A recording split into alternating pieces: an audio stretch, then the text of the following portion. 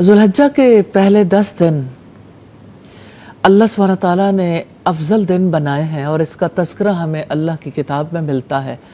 والفجر ولیال عشر، قسم ہے فجر کی اور 10 راتوں کی۔ اور سیدنا عبداللہ ابن عباس کہتے ہیں کہ ان 10 راتوں سے مراد ذوالحجہ کے 10 دن ہیں۔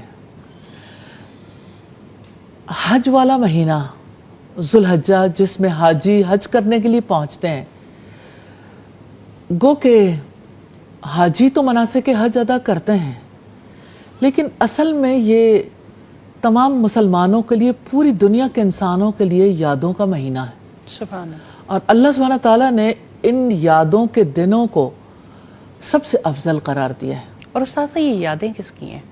یادیں انہیں کی جنہوں نے وفا کا حق ادا کر دیا۔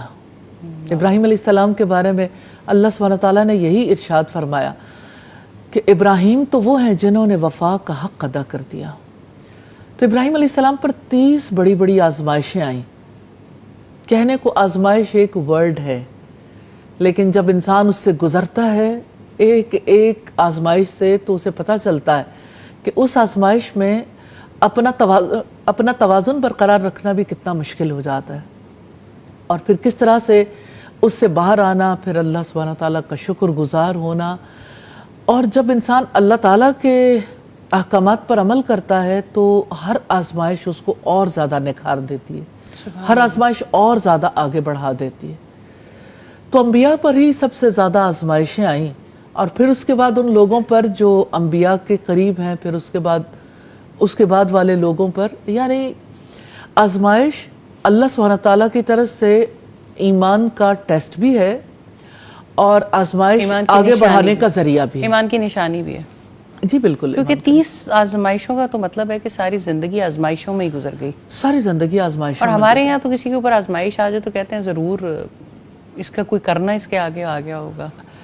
اصل میں جہالت کا تو کوئی توڑ نہیں ہے نا۔ جی بالکل، جیسے کہتے ہیں نا کہ وہم کا علاج لقمان حکیم کے پاس بھی نہیں ہے، بالکل۔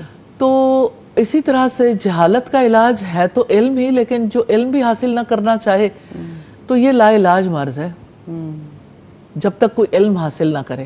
علم سے ہی اس یعنی تکلیف کو دور کیا جا سکتا ہے، اور اس مائنڈ سیٹ کو جو ہے وہ صحیح کیا جا سکتا ہے۔ تو آزمائش تو ظاہر ہے کہ یعنی سم ٹائمز ایسا ہوتا ہے کہ انسان زندگی میں ایسے کام کرتا ہے جس کی وجہ سے اللہ سبحانہ تعالیٰ اسے کسی نہ کسی مشکل میں مبتلا کر دیتے ہیں، لیکن مشکلات میں مبتلا ہونا بہرحال انسان کو نکھارتا ہے۔ مثال کے طور پر کسی پر بیماری آتی ہے تو یہ بیماری اس کے لیے کس طرح مفید ثابت ہوتی ہے۔ رسول اللہ نے فرمایا بخار کو برا نہ کہو، اور آپ نے ایک دفعہ کسی مریض کی عیادت کرتے ہوئے ایک سٹک کو توڑا اور اس کو جھاڑا اور اس کے پتے جھڑ گئے، تو آپ نے فرمایا کہ جیسے یہ پتے جھڑ جاتے ہیں، ہم جب جھاڑتے ہیں پتے جھڑتے ہیں، اسی طرح سے بخار کی وجہ سے انسان کے گناہ جھڑ جاتے ہیں۔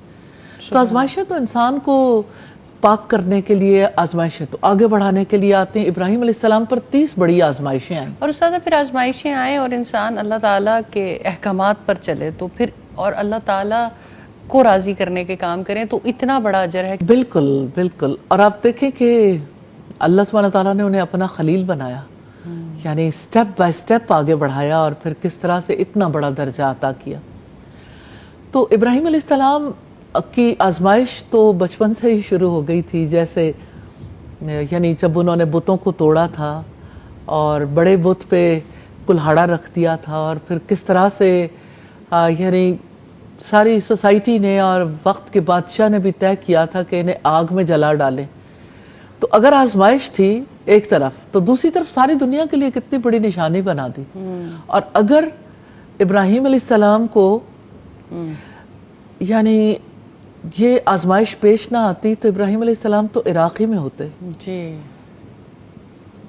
پھر مکہ تک جانے کا سفر بھی نہ ہوتا، اور حج کے یہ مناسک بھی نہ ہوتے، اور پھر ظاہر ہے ہمارا یہ حج کا سلسلہ، یہ یادوں کا سلسلہ، عشرہ ذوالحجہ کا سلسلہ ایک آگ سے جڑا ہوا ہے۔ سبحان اللہ۔ وہ آگ جس میں ابراہیم علیہ السلام کو جلانا تھا، اور وہ آگ ٹھنڈی ہو گئی تھی، اس آگ کے باعث اللہ سبحانہ تعالیٰ نے یہ ممکن بنایا کہ ابراہیم علیہ السلام وہاں سے نکلیں اور نکل کر مصر تک پہنچے اور مصر میں جا کے ایک اور آزمائش میں مبتلا ہو جائے.